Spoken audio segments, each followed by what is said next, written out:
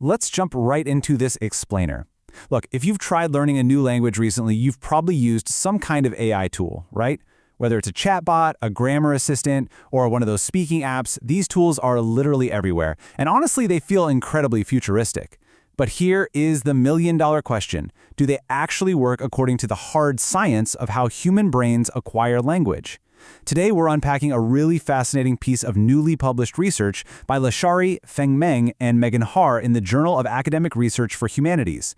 They decided to put AI to the ultimate test, evaluating it not just on how flashy it is, but on how well it actually aligns with established second language acquisition theory. So here is our roadmap for today. First, the AI language learning gap. Second, Krashen's theoretical framework. Then, the study methodology and sample. Fourth, quantitative learner perceptions. Fifth, qualitative interaction analysis. And finally, implications and future research. Okay, part one, the AI language learning gap. We're in this digital age where the demand for multilingual competence is just exploding thanks to globalization. And AI tools like ChatGPT, Elsa Speak, and Duolingo, they give us this lightning-fast feedback. But despite this rapid integration into our lives, there's a massive blind spot, their theoretical soundness. So does AI actually align with established second language acquisition, or SLA, theories? The researchers noticed that while these AI apps get a ton of praise for being innovative, we actually lack the empirical evidence to say whether the language they generate gives us the right kind of educational support. Does the AI just hand you the answers, or does it genuinely help your brain acquire the language naturally? Moving right along to part two, Krashen's theoretical framework. To judge this AI objectively, the researchers used an absolute benchmark in applied linguistics, Stephen Krashen's foundational theories from the 1980s. If you study language learning, you know Krashen is a towering figure. Two of his hypotheses are totally central to this study. The big one is this concept of comprehensible input, usually just called I+1. Basically, Krashen argued that we don't acquire a language just by memorizing a bunch of dry grammar rules. We acquire it when we're exposed to language we can understand, but that is just slightly beyond our current level. The I is your current level, and the +1 is that slight extra challenge. Think about it. If the input is too easy, just I, you don't grow at all. If it's way too hard, say I+2, you just get completely lost and frustrated. It has to hit that perfect Goldilocks zone. Challenging, but understandable. The second critical piece here is the effective filter hypothesis, which really deals with the emotional side of learning. Krashen states that your emotional state acts directly as a gatekeeper. If you're anxious, stressed out, or lacking confidence, your affective filter shoots right up and it literally blocks that I+1 input from getting into your brain.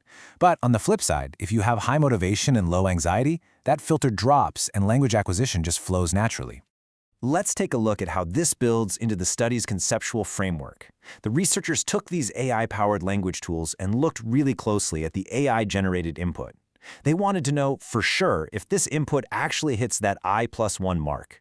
To figure this out, they designed a two-pronged approach. First, asking the learners how they felt about the AI through a questionnaire, and second, directly analyzing the actual text of the AI's responses.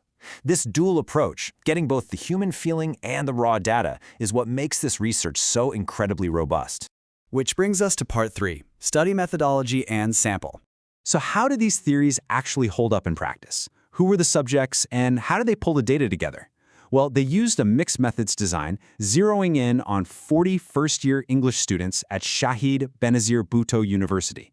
Now, these participants were beginner-level English learners, but, and this is key, they had between 3 months to a year of experience actually using AI tools. Step one was a 13-item Likert-scale questionnaire to gauge their perceptions. But they didn't stop there. For step two, they had these students submit 38 actual screenshots of their authentic, real-world interactions with AI tools like ChatGPT. Finally, in step three, they triangulated all this data, basically comparing what the students felt was happening with what the actual AI text proved was actually happening. Okay, part four, quantitative learner perceptions. Let's look at what the students actually had to say. The survey data revealed a really stark contrast. When it came to the clarity of the language, the AI scored extremely high, hitting a mean of 4.30 out of 5. For immediate feedback, it scored a 4.28. The students felt the AI was highly understandable and super responsive. But look at that last row. When they were asked if the AI adjusts the difficulty to be just a little beyond their current proficiency, that crucial I+1 adaptability we talked about, the score dropped down to a moderate 3.30. What does this mean? It suggests that while AI is crystal clear, it really struggles to consistently hit that perfect, personalized difficulty level for the learner. Yet, despite that struggle with calibration, check out this massive standout metric, 4.60 out of 5. This was the score for overall support in second language learning. You might be wondering, why is it so high if the difficulty calibration isn't perfect? Well, it ties right back to Krashen's affective filter. The survey showed that the students felt AI seriously reduced their anxiety and boosted their motivation because, they aren't afraid of being judged by a machine. Their affective filter just drops, making them feel highly supported even if the linguistic challenge isn't tuned to absolute perfection. Moving on to Part 5, Qualitative Interaction Analysis. Now, perceived effectiveness is only half the story, right? When the researchers objectively coded the actual linguistic complexity of those 38 screenshots, they found that 60% of the time, the AI successfully provided I+1 input, meaning it gave slightly advanced yet perfectly understandable language. That is a really solid majority. But 25% of the time, the AI defaulted to language that was at or even below the learner's current level, just I, which is honestly too simple to promote real growth. And 15% of the time, it generated I+2 input, which was excessively sophisticated and just way too difficult to grasp. So the objective data perfectly mirrors what the survey said. AI is good, but it frequently fails to adapt perfectly to the individual user. Finally, Part 6, Implications and Future Research. So, what do these triangulated results mean for the millions of us using AI to learn a language, and for the developers building these tools? The absolute crucial takeaway is that AI cannot, at least currently, replace human oversight.